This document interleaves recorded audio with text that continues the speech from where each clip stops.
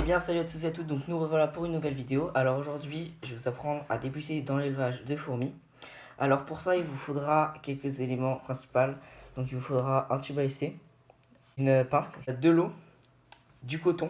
Ça sera pour faire le début de fondation, on verra le reste après. Pour faire le début de fondation il vous faudra trouver une reine. Vous prendrez un tube à essai comme ceci. Vous prendrez de l'eau.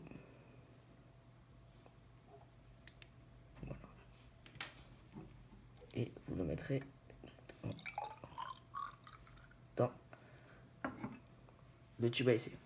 Donc selon l'espèce, le besoin d'humidité qu'elle a, etc., vous pouvez changer la quantité d'humidité. Si c'est une espèce qui a besoin de beaucoup d'humidité, vous mettez une grande réserve d'eau. Si c'est une espèce qui a besoin de moins d'humidité, vous mettez une petite réserve d'eau.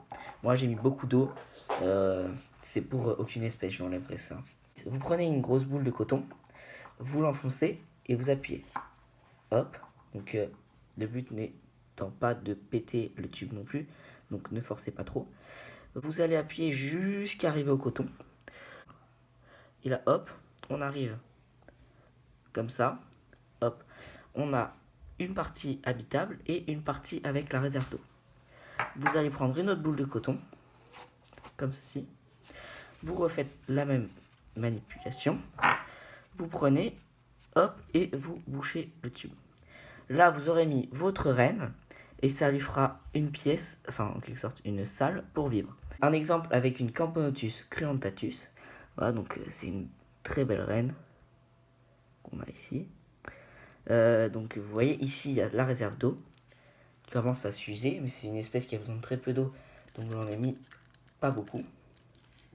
Un grand espace de vie, puis un petit bouchon en bout. Alors au niveau des tubes, vous aurez des tubes comme ceci qui sont trouvables. Vous aurez aussi des tubes comme celui avec lequel j'ai fait l'exemple, avec le bout plat.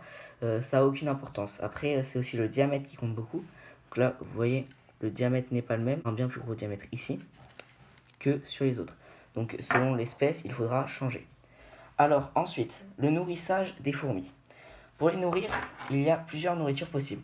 Il faudra varier un peu la nourriture, voire même mettre des deux. Alors vous avez du miela, donc vous verrez sur ma chaîne YouTube j'ai fait une vidéo pour vous apprendre à faire du miela comme ceci.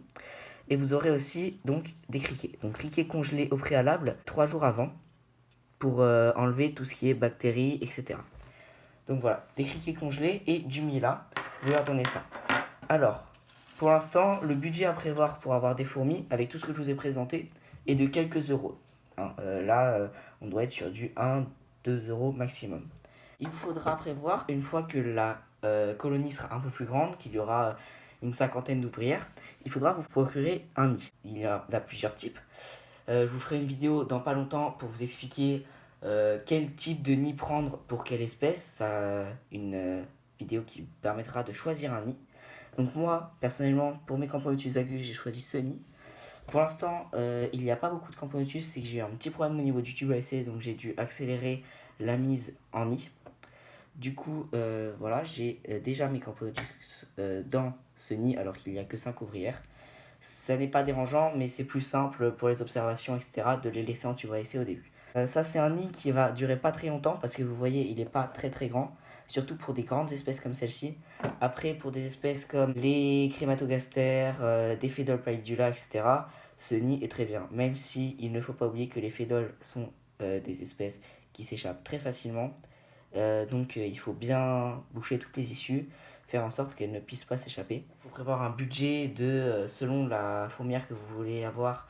Vous verrez dans la vidéo que je vous ferai pour vous donner des exemples de fourmilières à choisir. Il y a beaucoup de budgets différents, donc ça peut aller de 30 à 100, 200 euros pour la fourmilière. Donc celle-là m'a coûté 15 euros. En moyenne, il faut compter 30 euros pour une fourmilière basique.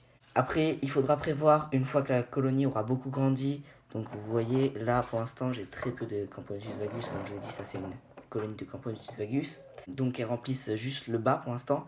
Là il y a une petite fermeture pour les empêcher d'aller jusqu'en haut, parce que ça sert à rien de les laisser envahir le nid pour le moment. Mais plus tard elles rempliront tout le nid, donc il faudra que je fasse un changement et que je les mette dans un autre nid, ou alors que je relie deux nids où elles pourront passer d'un nid à l'autre. Pour quand les ouvrières sont nées dans le tube à essai. Lorsque les premières ouvrières vont être nées, il faudra mettre un peu de nourriture dès la sortie des premières ouvrières. Les ouvrières au début sont très friands des petites têtes de criquet, juste la tête, ou le miela, tout ce qui est liquide sucré. Donc miela, ça peut être eau avec du sucre, ça peut être lait avec du sucre, ça peut être lait avec du miel, eau avec du miel. On peut faire le miela, donc la recette que je vous ai présentée. Bon, il y a plein de miela différents et de recettes différentes que vous pourrez trouver chez d'autres youtubeurs. Moi, j'ai fait ma recette que j'ai trouvée pas mal. Quand il y aura une dizaine d'ouvrières qui seront nées, donc après, selon l'espèce que vous avez, ça peut changer. Pour des Camponotus, il est conseillé de les mettre dans une aire de chasse à partir de 6 ouvrières. Pour d'autres espèces plus petites comme des messors, etc., on peut les mettre à partir d'une dizaine d'individus. On les met dans une aire de chasse. Alors l'aire de chasse, qu'est-ce que c'est? Ça sera un grand bac où vous pourrez déposer le tube à essai et les ouvrières pourront aller chasser dans ce bac. Donc plus question de mettre de nourriture dans le tube à essai directement. Vous le mettez dans l'aire de chasse et vous allez voir les ouvrières qui vont commencer à sortir, à aller se balader, etc. Autour du tube à essai, si vous le souhaitez, vous pouvez mettre un tube d'aluminium pour que les reines se sentent plus en sécurité et qu'elles soient dans un endroit qui leur rappelle une fourmilière, un endroit sombre, etc.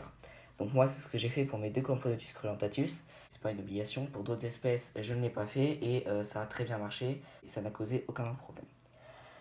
Dans l'aire de chasse, lorsque vous voyez que le nombre d'individus augmente fortement, il y a 2 solutions. Soit vous le passez dans le nid, donc dans la fourmilière, soit vous pouvez mettre un deuxième tube à essai où les ouvrières pourront se balader d'un tube à essai à l'autre tube à essai. Si vous voyez à un moment qu'il n'y a plus d'eau dans la réserve d'eau, 2 solutions. Soit vous remplissez avec la pipette, donc une pipette avec l'aiguille, là il n'y a plus l'aiguille sur celle-là, vous la plantez dans le coton et vous remplissez. Hop.